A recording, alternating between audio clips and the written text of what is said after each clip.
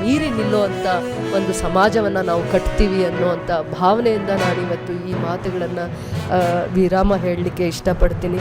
ಸವ್ಯ ಸಮಾಜವನ್ನು ಕಟ್ಟಬೇಕು ಅಂತಂದ್ಬಿಟ್ಟು ಯಾವಾಗಲೂ ಶಿಕ್ಷಣದ ಕ್ರಾಂತಿ ಗಾಂಧೀಜಿಗಿಂತ ಇನ್ನೂ ಒಂಚೂರು ಮುಂದೆ ಹೋಗಿ ದೂರದೃಷ್ಟಿಯನ್ನು ಇಟ್ಕೊಂಡಿದ್ರು. ಏನಂದರೆ ಶಿಕ್ಷಣ ಕ್ರಾಂತಿ ಒಂದು ಮಾತ್ರ ಇಡೀ ಸಮಾಜವನ್ನು ಸುಧಾರಣೆ ಮಾಡುತ್ತೆ. ಯಾರು ವಿದ್ಯಾವಂತರಾಗ್ತಾರೆ, ಶಿಕ್ಷಣ ಕ್ಷೇತ್ರಕ್ಕೆ ಹೆಚ್ಚು ಮಹತ್ವವನ್ನು ಕೊಡ್ತಾರೆ, ಅವರು ಮಾತ್ರ ಸುಧಾರಣೆಗಳನ್ನು ತರಲಿಕ್ಕೆ ಆಗುತ್ತೆ ಅನ್ನುವಂಥ ಚಿಂತನೆಗಳಲ್ಲಿ ಬದುಕಿದ್ದರು.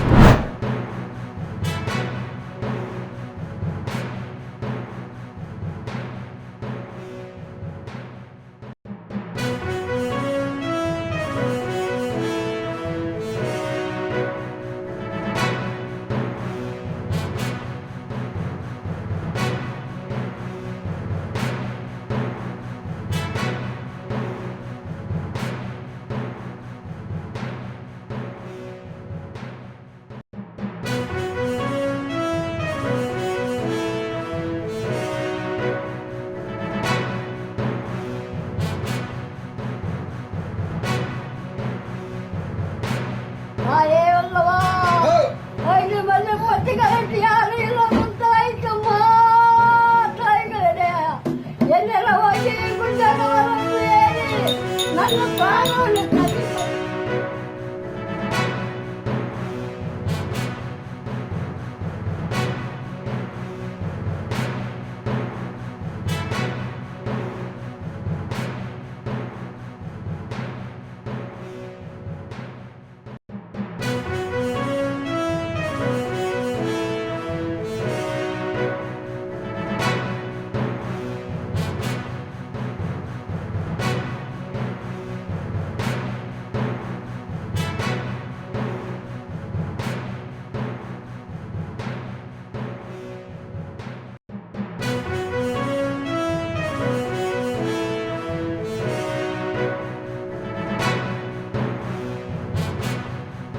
ಏನಪ್ಪ ಮಳೆ ಹೋದಾಗ ಮಳೆ ಬರ್ತೈತೆ ಅಂತೇಳಿ ನೀನು ಹುಲ್ಸಿನ ಪಿಚ್ಚಿ ಕೊಟ್ಟಿನ ಅಂತ ಶಿವನಲ್ಲಿದ್ದೆ. ಇದು ಒಟ್ಟು ಪಡ್ಕೊಂಬಂದ ಆಟ, ಇದು ಪಡ್ಕೊಂಬಂದಿರು. ಈಗ ನಡಂತ ಬಂದರು ಎಲ್ಲವು.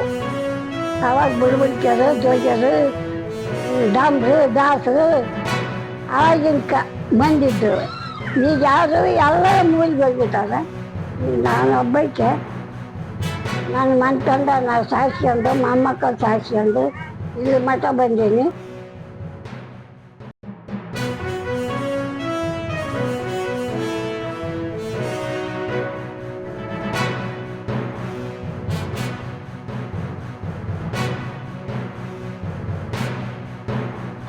ಈಗಿನ ಪೀಳಿಗೆಗೆ ತೊಗಲುಗೊಂಬೆ ಆಟ ಅನ್ನೋದೇ ಗೊತ್ತಿಲ್ಲ.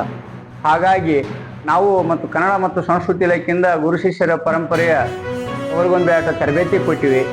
ಆಮೇಲೆ ಊರಿನವ್ರು ಕೂಡ ನಮ್ಮ ತೊಗಲುಗೊಂಬೆ ಆಟವನ್ನು ಈಗ ಮೃದಂಗ ಹಿನ್ನೆಲೆ ಆಡ್ತಾರೆ. ಬೇರೆ ಜನಕ್ಕೂ ತೊಗಲುಗೊಂಬೆ ಆಟ ಆಡ್ತೀವಿ. ಯಾಕಂದ್ರೆ ಈ ಸಂಸ್ಕೃತಿ ಉಳಿಬೇಕು ಒಂದು.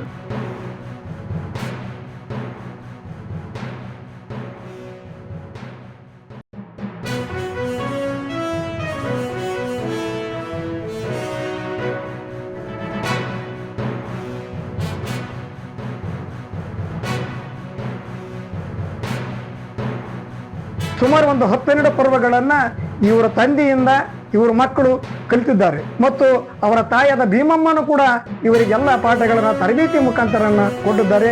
ಇವತ್ತಿನ ದಿವಸ ಪದ್ಮಶ್ರೀ ಪ್ರಶಸ್ತಿಯನ್ನು ಸಿಕ್ಕ ತಕ್ಷಣ ನಮ್ಮ ಗ್ರಾಮದಲ್ಲಿ ಒಂದು ವಿಜೃಂಭಣೆಯಿಂದ ನಾವು ಆಚರಣೆಯನ್ನು ಮಾಡಬರ್ತಕ್ಕಂಥ ಒಂದು ಸಂದರ್ಭ.